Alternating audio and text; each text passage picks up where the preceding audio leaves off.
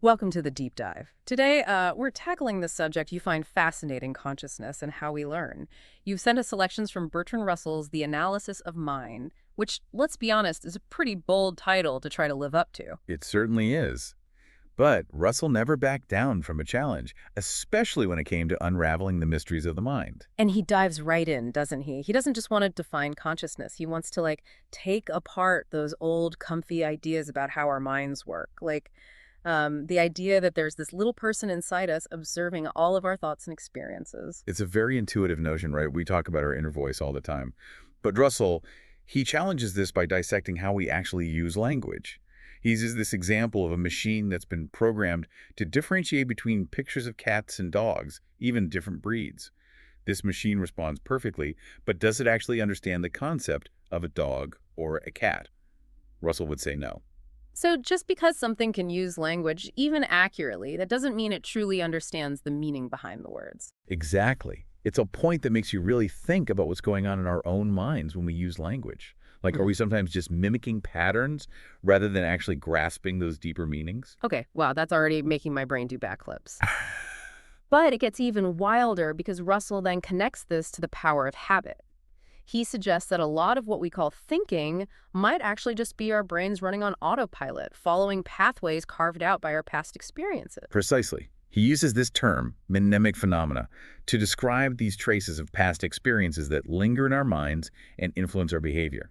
Now remember, this was back in 1921, long before we had the technology to study the brain in the way we do now. So he was kind of ahead of his time in a way. Absolutely. Because what Russell was getting at with these mnemonic phenomena is incredibly similar to what we now call neuroplasticity, the brain's amazing ability to change and adapt based on our experiences. Okay, wait, so you're saying that every time I cram for an exam, I'm not just stuffing facts into my head, but I'm actually rewiring my brain? In a sense, yes. Every experience, every book you read, every conversation you have, it all contributes to shaping the physical structure of your brain. Your brain is literally changing in response to the world around you. That's mind-blowing. It's like our brains are constantly under construction and our experiences are the architects. But here's the question that pops into my head. If our past experiences have so much power over how our brains are wired, do we really have free will? Are we really in control of our thoughts and actions? That's the million-dollar question, isn't it? And Russell doesn't shy away from its complexity. He dives into this by exploring the limits of introspection, the idea that we can understand ourselves by looking inwards.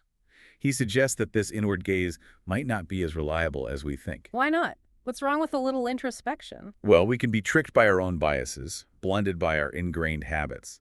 Imagine trying to see a smudge on a window by staring harder at the glass. Sometimes, to truly understand something, we need to look beyond ourselves. So if we can't trust our own introspection completely, where do we look for answers? That's where Russell's observations of animal behavior become really fascinating. He argues that watching how animals learn, how they react, can provide these surprising insights into our own mental processes, especially those driven by instinct rather than conscious thought. So you're saying that watching my cat stalk a laser pointer could reveal profound truths about the human psyche? In a way, yes. Mm-hmm. Because when a cat chases a laser, it's not pondering existential philosophy. It's responding to these deeply ingrained instinctual drives shaped by millennia of evolution. And while we humans like to think we're above such primal urges, are we really that different? I see what you mean. It makes you wonder how much of what we do is driven by these deep-seated instincts and how much is truly a conscious choice. And this ties into another fascinating aspect of Russell's exploration of consciousness, the idea that even abstract thought doesn't require these specific images in our minds. We can talk about things like justice and freedom, but can we truly picture them? That's a really good point. And I can say the word weathercock. And, it's that metal rooster-shaped thing on top of a building. Right. But do I truly understand the physics that make it work, the history, the cultural significance? It seems like there are different levels of understanding. Exactly. And that's where Russell's concept of a behavioristic view of knowledge comes into play. It's not just about what we can articulate or define. It's about how we apply that knowledge in the real world that truly matters. So it's not what you know, but what you do with what you know. Precisely. It's a call to move beyond passive learning and embrace a more active, pragmatic approach to knowledge. This is already making me rethink my entire approach to, well, everything. That's a good thing. Russell would want us to question our assumptions, to constantly probe and examine our understanding of the world and ourselves. This deep dive is already blowing my mind. We're talking about consciousness, learning, the limits of introspection. It's a lot to process. And we're just getting started. We've only just begun to scratch the surface of Russell's insights. Remember those mnemic phenomena we were discussing? Right, those traces of experiences that shape our behavior, like those grooves in a vinyl record. Exactly. Well, Russell argues that these mnemic phenomena are at play even in creatures we don't typically associate with complex thought. He points out that even plants exhibit these simple forms of learning and memory. Hold on, plants, like they remember where the good sunlight is or something. Think about a vine growing towards a trellis. It's not conscious in the same way we are, but it's responding to stimuli, adapting its growth based on its environment. It's a basic form of learning, demonstrating that this capacity for experience and adaptation exists even in the plant world. So what you're saying is my houseplants might actually be judging my interior design choices. I knew it! Oh. But seriously, this whole idea of learning and memory not being limited to humans is pretty wild. How did Russell even come up with this idea of mnemic phenomena back in 1921? It seems so ahead of its time. What's fascinating is how he drew upon observations of both human and animal behavior. He noticed those repetitive cycles we talked about earlier, like the dog chasing squirrels, and recognized they weren't always driven by conscious thought. Even complex actions, like birds building nests, are more likely driven by these instinctual impulses than some elaborate blueprint in their bird brains. So you're saying that instinct, driven by these engrams or mnemic phenomena, plays a far larger role in shaping behavior than we might realize, even in humans. Absolutely. Think about all the things you do on autopilot, brushing your teeth, driving to work, those little routines that make up your day. How much of that is conscious deliberation, and how much is simply habit ingrained through repetition? You know, now that you mention it, I can't even remember the last time I consciously thought about how to tie my shoes. It's just something I do automatically without even thinking about it. Precisely. And those seemingly insignificant habits, they reveal the profound influence of mnemic phenomena in our lives. They shape our actions, even our thoughts, in ways we're often completely unaware of. It's like there's this hidden force guiding our behavior from behind the scenes. But if it's so hidden, how can we even study it? How do we know it's really there? That's where careful observation and experimentation come in. Just as scientists study animal behavior to understand instinct, psychologists observe human behavior. They look for patterns, analyze reactions to stimuli, trying to decipher the underlying mechanisms that drive our thoughts and actions. So it's not just philosophical speculation. There's a real scientific basis to these ideas. Absolutely. Oh. While Russell's work was primarily philosophical, it laid the groundwork for many of the scientific inquiries into consciousness and learning that followed. His insights into mnemic phenomena anticipated these key concepts in modern psychology and neuroscience, like the role of conditioning, the importance of reinforcement, and this concept of memory as a distributed network rather than a single location in the brain. It's amazing to think that he was already grappling with these ideas back then, but I have to admit, I'm still a little stuck on this idea of truth being revealed through action. It sounds a bit radical. How does that work in practice? Think about it this way. If you say you understand a concept, but consistently make mistakes when applying it, does your claim of understanding really hold up? Okay, I see what you mean. Like if I claim to be a master chef, but my souffle always falls flat. Exactly. True understanding involves more than just memorizing facts or parroting definitions. It's about integrating that knowledge into your actions, using it effectively to navigate the world and solve problems. So it's not just about what you know, but what you can do with what you know. Precisely. It's a call for a more pragmatic approach to knowledge, one that emphasizes application and results over mere intellectual accumulation. This whole deep dive is making me rethink my entire approach to learning. Maybe I should spend less time reading about cooking and more time actually getting in the kitchen. That's the spirit. Russell would be proud. And remember, this behavioristic approach, it isn't just about practical skills. It applies to our moral and ethical understanding as well. Oh, interesting. So it's not enough to just say you believe in honesty. You have to actually be honest in your dealings with others. Exactly.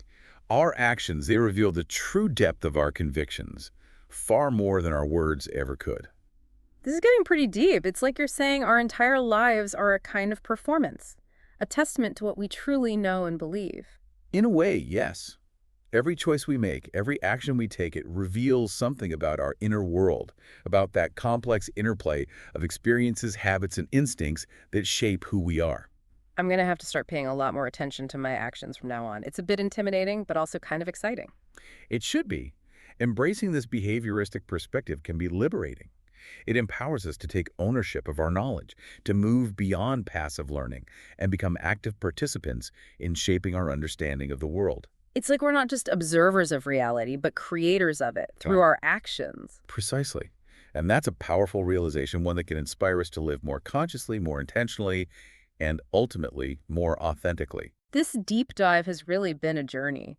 We've covered so much ground, from dissecting the nature of consciousness to exploring the power of habit and the importance of a behavioristic approach to knowledge. It's a lot to unpack. It certainly is, but that's the beauty of Russell's work. It's full of these interconnected ideas that challenge us to think differently about ourselves and the world around us. And you know what's really stuck with me? That idea that even our most deeply held beliefs are revealed through our actions, not just our words. It makes you think about all the times we might say one thing but do another. It's a humbling realization, isn't it? It reminds us that true understanding goes beyond simply possessing knowledge. It's about embodying that knowledge in our daily lives, letting it guide our decisions and our interactions. It's like that old saying, actions speak louder than words. But in this case, it's more like actions reveal the true nature of our knowledge. Exactly. It's a call to live more authentically, to align our behavior with our values, and to constantly strive to make our actions a reflection of our best selves. It's a tall order, but it's also incredibly inspiring. And, it makes me think about those mnemic phenomena we talked about earlier. If our habits and instincts have such a powerful influence on our behavior, then it's all the more important to be intentional about the experiences we expose ourselves to, the habits we cultivate. Absolutely. Because those habits, those ingrained patterns of thought and behavior, Yeah. they ultimately shape who we become. And while we can't always control our initial reactions or instincts, we can choose how we respond to them, what habits we nurture, what values we prioritize. So it's not about achieving some kind of perfect state of consciousness or self-awareness, but about constantly learning, growing, and striving to align our actions with our values. Precisely. It's a lifelong journey, and there will be bumps along the way. That's okay. As Russell himself said, the only true wisdom is in knowing that you know nothing. It's that humility, that willingness to learn and grow that ultimately leads to a richer, more meaningful life. This deep dive has given me so much to think about. It's not just about understanding consciousness. It's about understanding myself, my place in the world, and the kind of person I want to be. And that's the power of philosophy, isn't it? It challenges us to examine our assumptions, to question our beliefs, and to engage in this lifelong pursuit of knowledge and self-discovery. I think that's the perfect place to leave it. To our listeners, we encourage you to pick up a copy of Bertrand Russell's The Analysis of Mind and dive into these ideas for yourselves. Who knows what insights you might uncover along the way. Until next time, keep asking questions, keep exploring, and keep diving deep.